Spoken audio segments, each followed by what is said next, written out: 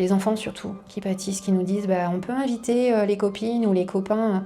Non, parce qu'on a honte, clairement on a honte de la maison.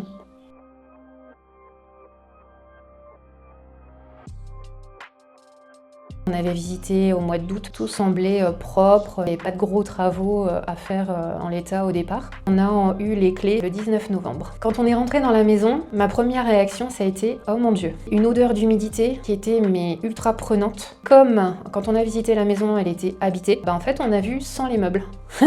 Et là c'était l'envers du décor. Il y avait des endroits où il y avait des taches d'humidité. Dans le garage, on s'est aperçu qu'en fait il y avait des fuites de partout. Au bout de même pas une semaine, la chaudière est tombée en panne, en plein mois de novembre, avec un bébé en bas âge. On s'est retrouvés avec des grosses problématiques d'humidité qui remontaient par le sol. Alors on a un sol qui est très joli, c'est du carreau de ciment, c'est magnifique, sauf qu'en fait ça bloque l'évacuation de l'humidité. Ça a bouffé le bas en fait de mur. On est obligé en fait de nettoyer les murs constamment. Les joints de la douche qu'on refait quasi tous les 2 mois. Ils avaient mis du polystyrène. On s'est aperçu qu'on avait un ancien champignon dans le mur. C'était vraiment pas sain en fait. On a continué à voir les vis cachées, donc l'électricité qui n'était pas aux normes. Pour vraiment assainir la maison, on a dit à un moment donné il va falloir tout mettre à nu et repartir de zéro. On était vraiment pieds et poings liés avec cette maison. On avait estimé les travaux avant l'achat de la maison à 12 000 €. Après passage des artisans et en essayant de faire un max de choses par nous-mêmes, on est à 60 000 € de travaux. C'était pas du tout possible et envisageable. Vous pouvez pas sortir parce que tout l'argent passe dedans. On s'est coupé aussi de beaucoup de notre famille, de nos amis.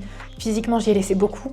Au bout d'1 an et demi, j'ai fait un burn-out sévère. Il m'a fallu 6 mois pour en remonter à peu près. On est tout le temps malade l'hiver en fait. Dès qu'on approche septembre, de toute façon, on angoisse, on se dit putain, ça y est, c'est reparti. Une maison qui n'est pas isolée, surconsomme au niveau énergie, c'était juste un gouffre. Il y a 2 ou 3 ans, on a eu la chance de pouvoir mettre en place le dispositif avec ma prime rénov qui a permis de changer la chaudière. Donc on s'est dit, ça y est, c'est le bout du tunnel, on va pouvoir enfin avoir chaud dans la maison.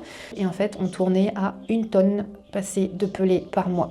On sera jamais tranquille tant que la maison ne sera pas isolée. Suite au burn-out et puis aux factures qui commençaient à s'ajouter à cause de l'énergie, on était à 2 doigts du dossier de surendettement. On n'arrivait plus à s'en sortir.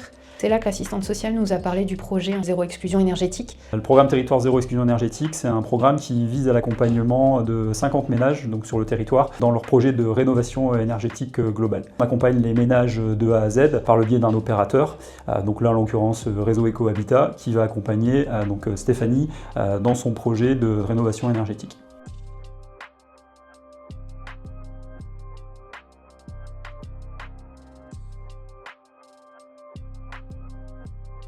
On est vraiment super bien accompagnés en fait. On a vraiment travaillé en équipe. On commence à voir le bout du tunnel. Et de se dire qu'on va être dans une maison déjà beaucoup plus saine aussi, ça fait plaisir aussi. C'est la lueur au bout du tunnel. Le programme il vise à accompagner tout type de ménage, donc ça peut être aussi bien des jeunes accédant à la propriété, mais ça peut être également aussi des familles, comme dans le cas présent, mais aussi des seniors qui ont envie de rénover leur logement, voire de l'adapter. Concrètement, toutes les communes de France peuvent être couvertes.